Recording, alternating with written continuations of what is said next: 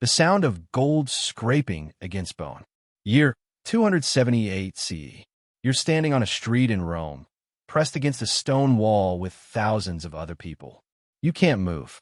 You can barely breathe. Your only job today is to watch. In the center of the parade, a woman stumbles forward. Her wrists are red and hurt, not from rope, but from gold. 40 pounds of solid gold chains are wrapped around her arms, her neck, and her ankles. The chains are so heavy that 2 Roman guards walk beside her, holding the chains up so she doesn't fall face first onto the stones. That gold belonged to her 3 months ago. It paid her armies, built her temples, and made her the most powerful woman between Egypt and Turkey. Now it's crushing her. Zenobia of Palmyra, the Queen of the East, the woman who defeated 3 Roman emperors and ruled an empire of 70,000 soldiers, is now shuffling through Rome like a prisoner on display. The crowd screams. Rotten fruit hits her chest. Someone's spit lands on her face, and she can't wipe it because her hands are pinned down by her own stolen treasure. A child points and laughs. His mother lifts him higher so he can see better. But here's what you can't see from the street. Inside Zenobia's mind, a single thought repeats with every step, a prayer she's been whispering since dawn. Not the prayer you'd expect. Not save me. Not give me strength. Just 3 words. Let it be the villa. Because she knows the 2 doors waiting at the end of this road. One leads to a comfortable prison where she'll live out her days as a Roman trophy. The other leads to a dark hole carved into the Capitoline Hill, where Rome ends its enemies in the dark and makes sure nothing remains. For kilometers of not knowing which door has her name on it. For kilometers of smiling Romans deciding whether she lives or dies. For kilometers of praying to gods who have never answered. This is what Rome did to capture queens. Not just Zenobia, not just once. This was a system perfected over 700 years, designed to break the most powerful women in the ancient world. And Zenobia, she was one of the lucky ones. The others suffered worse fates that made execution look like mercy. If this story grips you, drop a like. It takes a second and helps us pull more voices out of the silence. But before you understand what happened to the queens who weren't lucky, you need to understand what a Roman triumph actually was. Forget everything you've seen in movies. The real thing was worse.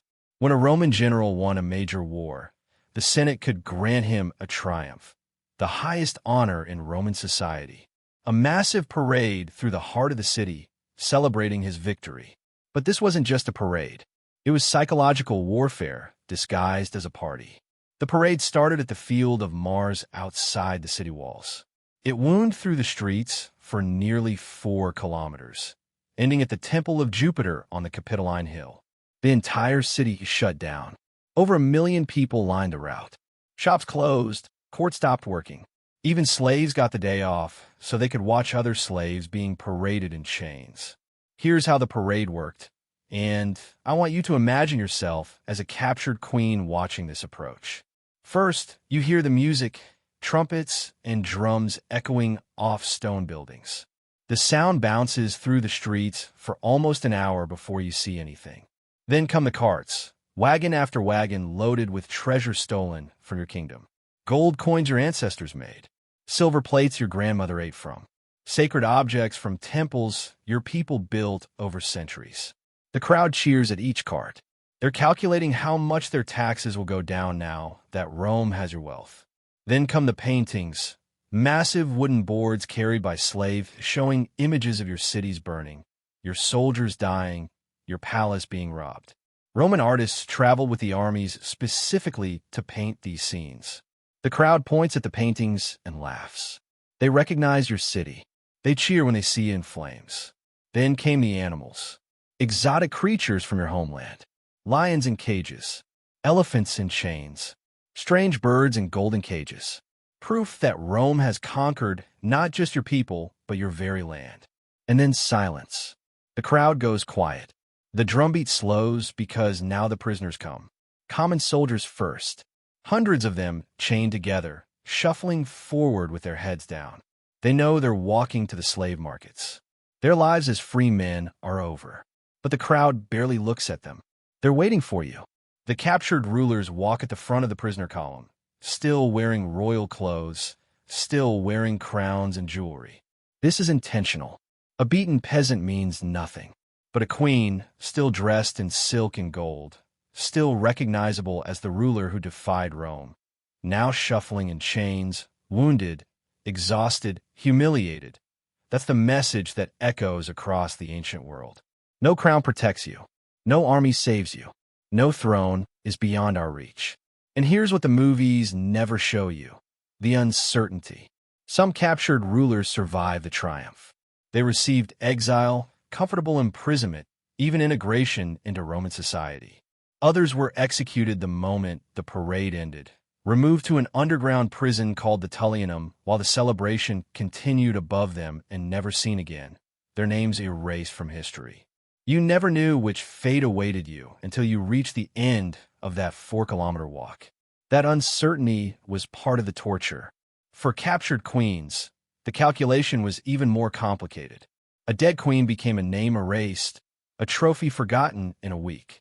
But a living queen, broken, humiliated, visible for years as a reminder of Roman power, that was worth more than any execution, unless she was too dangerous to keep alive. The decision rested entirely with the emperor, and you wouldn't know his choice until a guard either handed you the keys to a villa or carried out the sentence. In 60 CE, on a cold island at the edge of the known world, a queen discovered exactly how little her crown was worth to Rome. Her name was Boudica, and her story is one of the most brutal in Roman history. She was queen of the Iceni, a Celtic tribe in what is now eastern England. Her husband, King Prasutagus, had spent his entire reign trying to keep peace with Rome. He paid their taxes. He followed their laws. He even left half his kingdom to Emperor Nero in his will, a desperate attempt to protect his family after his death. The other half he left to his 2 daughters.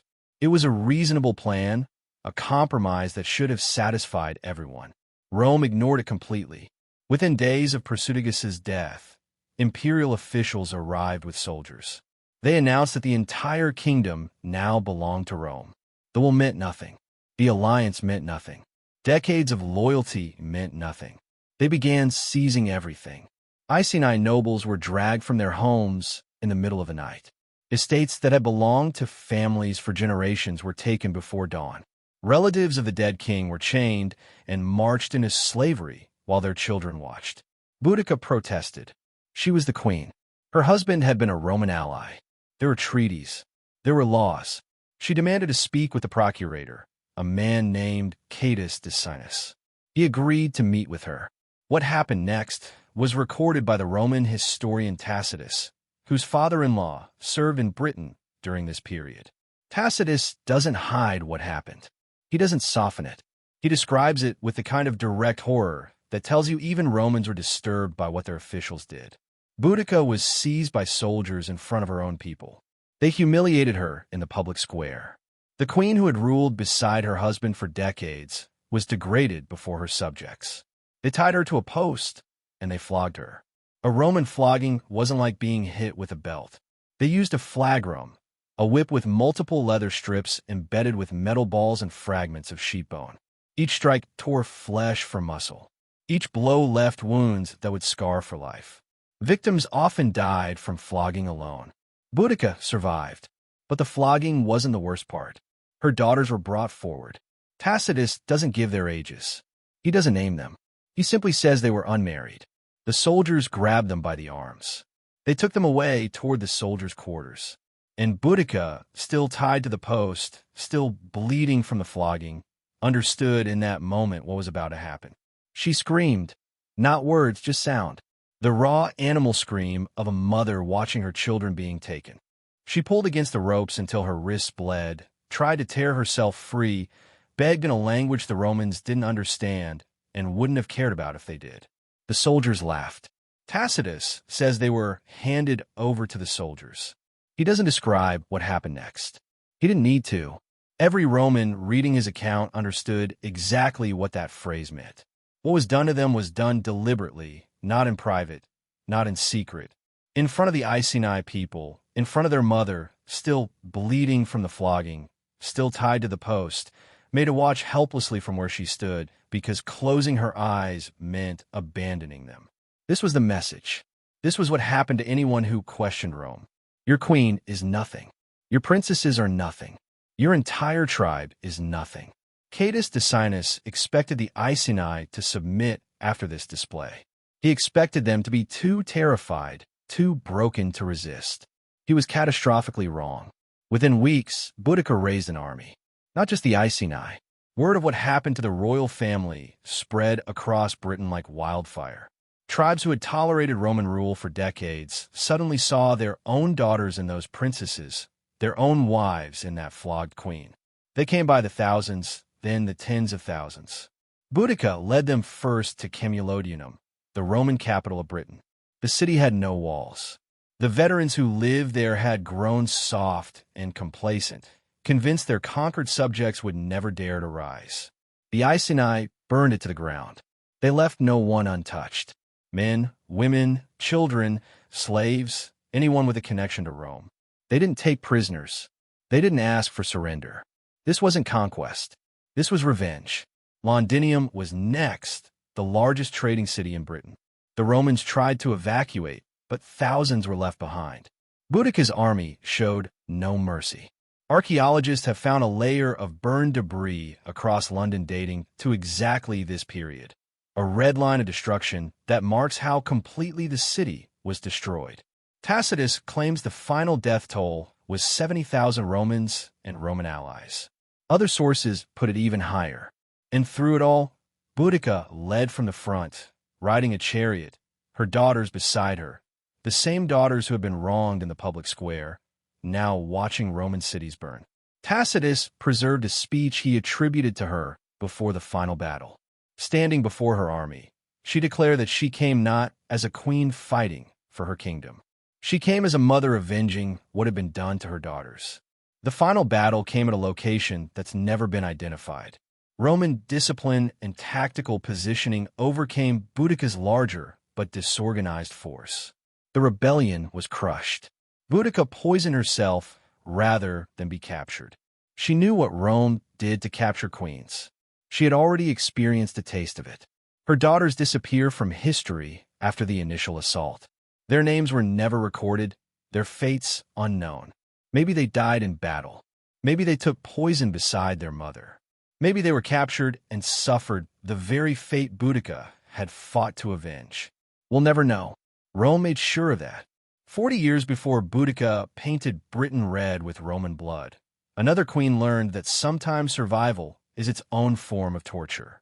Her name was Thusnelda, and her story might be the cruelest of all, not because of what was done to her body, but because of what was done to her bloodline. She was the wife of Arminius, a Germanic chieftain who handed Rome its most humiliating military defeat in history. You might not know his name, but you know what he did. In 9 CE, Arminius ambushed 3 entire Roman legions in the Teutoburg forest.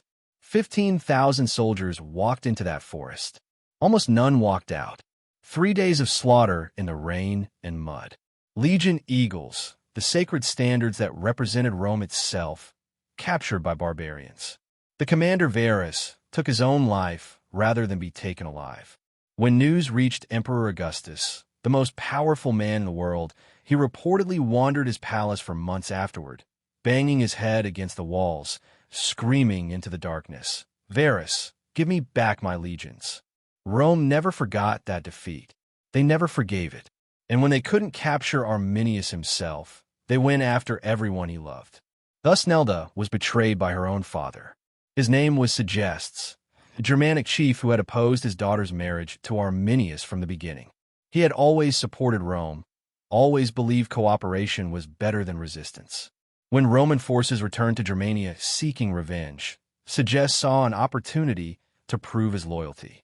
He kidnapped his own pregnant daughter and handed her over to the legions. Let that sink in. Her own father. While she was carrying his grandchild, he traded his daughter and his unborn grandchild for Roman favor, for political advantage, for a pat on the head from the empire that wanted to destroy everything his people had built. The Romans were delighted. They couldn't have Arminius, but they had the next best thing, his wife and his unborn heir. They kept Thusnelda imprisoned but alive. They let her give birth in captivity, a son named Thumielicus, the heir to Arminius, the prince of the Cherusei, the grandson of Rome's greatest military humiliation. They waited until 17 CE when the general Germanicus finally had enough victories in Germania to claim a triumph. And that's when they paraded Thusnelda through Rome. Imagine this scene. A Germanic queen, proud wife of the man who made Augustus weep, walking in chains through streets filled with Romans who had lost fathers, brothers, and sons in that forest.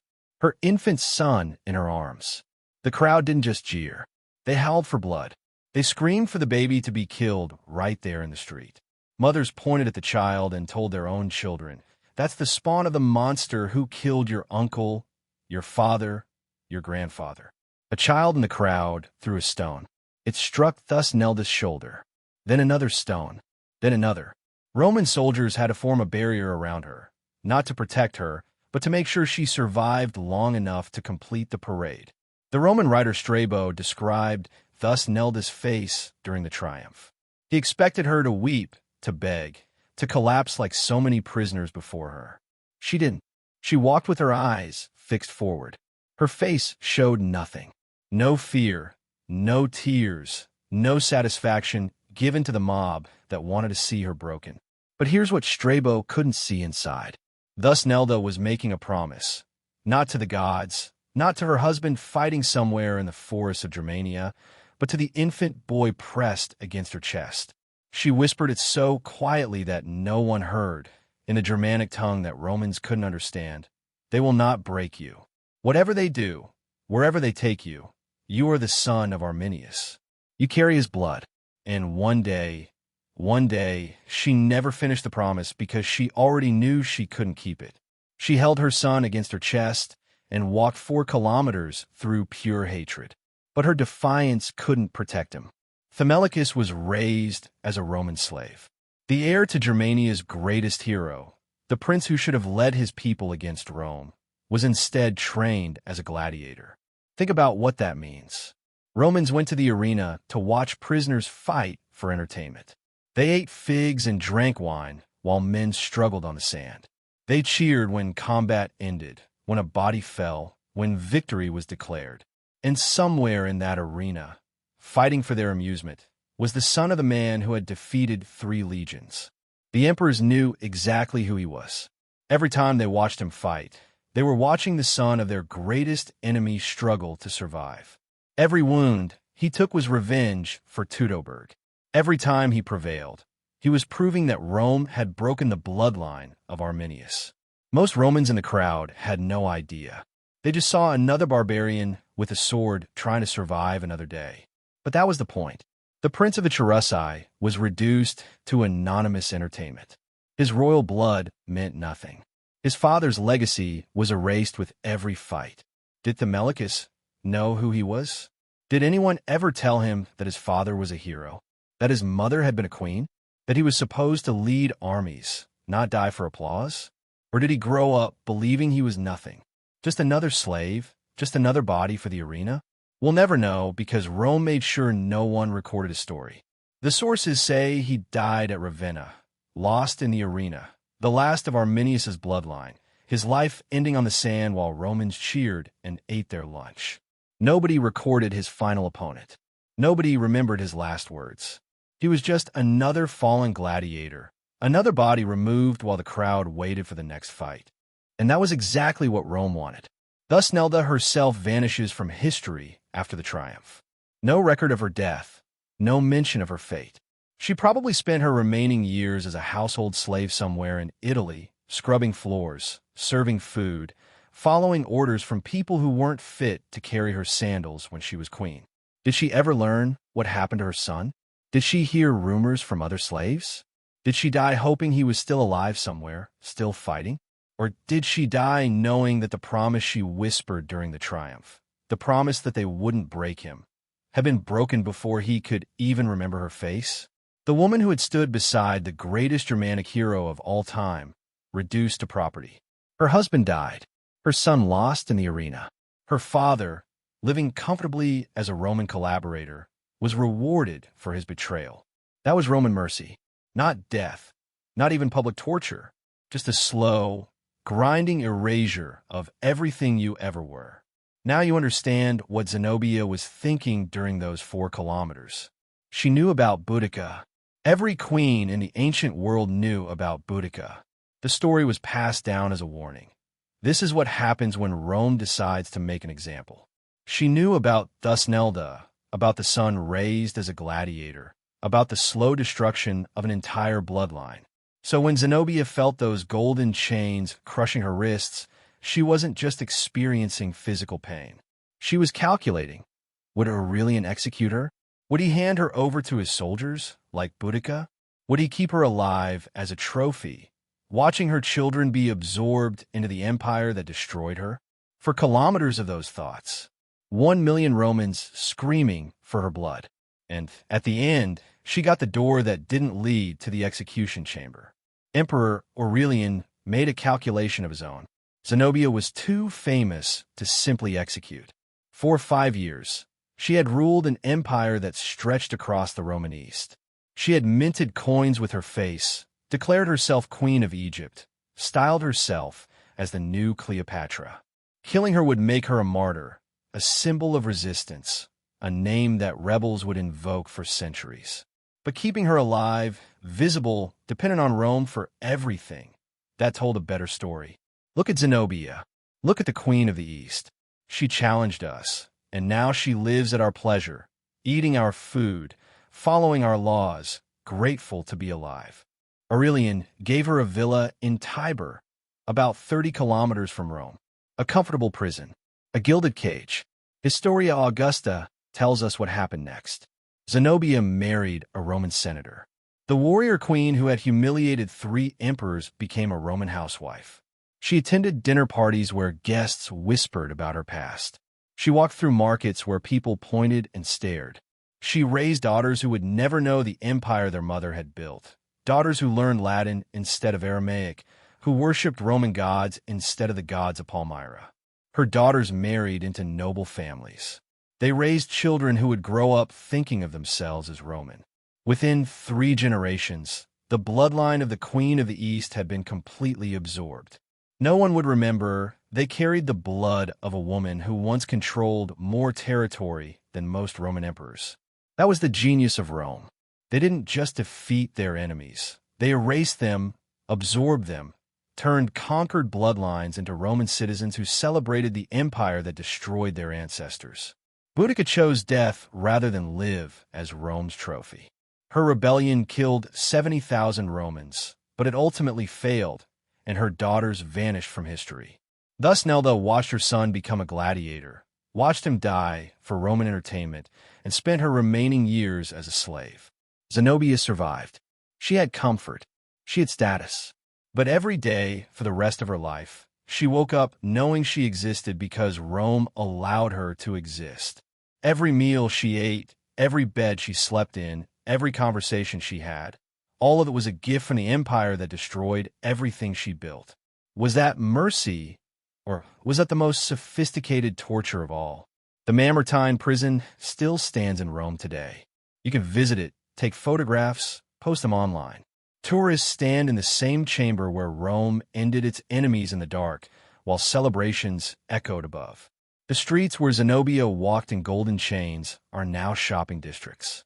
People drink espresso in the same forum where crowds once cheered for captured queens to be destroyed. We've sanitized this history, turned suffering into scenery, just like the Romans did. Zenobia survived those chains. She lived out her days in a Roman villa, a comfortable watch dependent. But her servant said she woke up shaking from nightmares, that her eyes sometimes drifted mid-conversation, lost in memories she never spoke aloud, that she prayed alone in a language Rome could never erase. She never returned to Palmyra, never saw her throne again. When she died, she was buried in Roman soil under a Roman name. The Queen of the East, erased, almost completely, but not entirely.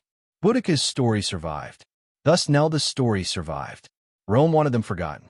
2,000 years later, someone is still telling their story. They were meant to be silenced, but silence is not erased, and forgotten is not gone. If this reaches you, subscribe. We dig into the chapter's history tried to erase, the voices that were meant to stay silent forever. Because the past isn't dead.